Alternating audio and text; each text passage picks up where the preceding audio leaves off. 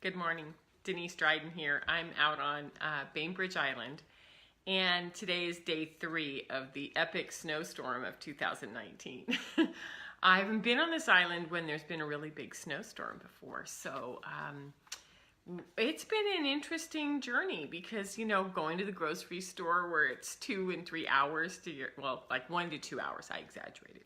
1 to 2 hours to get out of the grocery store to get stocked up. It's a really interesting sort of experience to watch this island hunker down.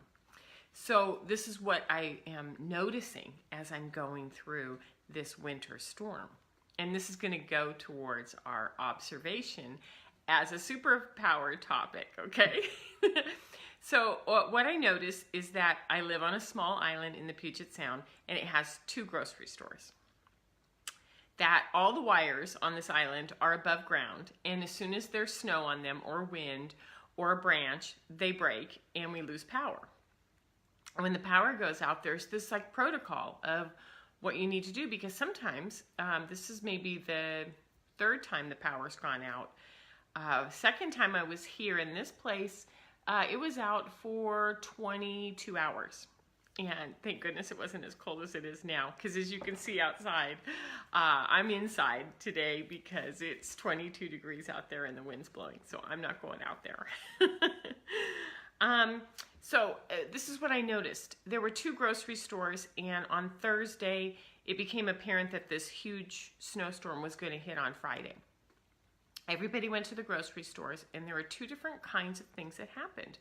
One is, in one grocery store, there were long lines. There were no carts.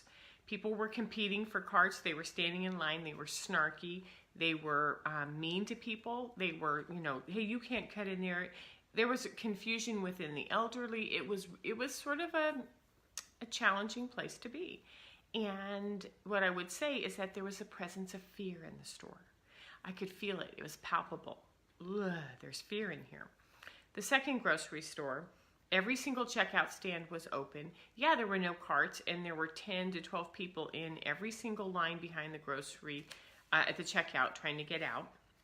The checkers were friendly. They were compassionate. They were making suggestions like, do you have water? Do you need batteries? And then I'll ring this up while you run and go get what you want. And other people down the line were like, oh yeah, I gotta go get that. I gotta go do that. I gotta go do that. So everyone was helping each other out. And I noticed that the feeling in the second store was that of preparedness. We're all getting prepared. We don't know what's coming, but we're getting prepared, and we've done this before. So there was no atmosphere of fear. It was more like, this is what I need to do, and this is what I'm doing. So there are people who've lived on this island for a long time, and I'm kind of guessing that they live here because they like the ruralness. They like the temperamental power. And I found out so do I. And I do this because I have really, really, really powerful observation skills. And what I came to terms with on Friday night was I move around a lot because I like to watch towns. I like to watch how towns gather. I like to watch how they celebrate. I like to watch which are their popular restaurants, their coffee shops, their, fill in the blank. Where do they get their groceries? How do they act with each other? And it just gives me all this fuel for fodder, right? Like everything that I bring to this show, I get to walk around and observe throughout the week and put together into a video for you. So what I wanted to say was that, when we are in observation mode and we're flowing and we're watching and we're gathering information, there's a lot of connection and a lot of welcoming, and it's like really, I feel very valued because what I see and I feel and I intuit makes sense, and then I get to spread it onto you. So the other part of it is that as a keen observer, what happens when you're not seen or when people don't want to know what you have to say? So this superpower isn't something that can be shut off. It can be numbed out with food. It can be numbed with screens, alcohol, drugs. It can be put to sleep by repetitive negative interactions, kind of like what happens to us when we're little kids and we can tell what's going on. It's like, shh, keep your mouth quiet. Don't say that out loud. It can be buried deep inside where there's shame and hurt and anger and such sadness. And it can also go into, these observation skills can go into high attack mode when, and they can use harsh, divisive language. They can be caustic, and they can go right after the things that that person that they're talking to or that organization is most sensitive about. So this observation skill is really powerful, and it has a lot of qualities that go with it. It's magnificent when it's nurtured, when it's open and in a supportive environment, and when it is seen by you as something that's really, really powerful. A couple of weeks ago, I talked about individuating from others. That was last week. The week before, how to see and play with time, and the week before that, clarity and collaboration. I think all three of these are ways that we can sort of apply what do we do with our keen observation powers, and how do we sort of know that you can play with time? I can decide what part is me, what part is somebody else. I can have such clarity on what's going on, and then step into collaboration when I know the timing is right. Each of these topics support keen observations. My favorite coaching question of all times came from Alan Seal at Transformational Presence, which is, what do you notice? Like, really still your body right now. Breathe deep, calm your energy system, and look around and tell me, what do you notice? What do you notice with your eyes? What do you notice with your ears? What is your body telling you? And then start to collaborate onto, what is it that I'm really seeing? Oh my goodness, there's so much there, right? So our ability to observe means that, I've seen some things shifting. I've seen some things shifting in our culture. I've seen some things shifting because I've spent the last 25 years working with family systems that are struggling with addiction, or, school refusal, or a parent-teen, a parent-young adult conflict. And what I've noticed is that the millennials are really keen observers.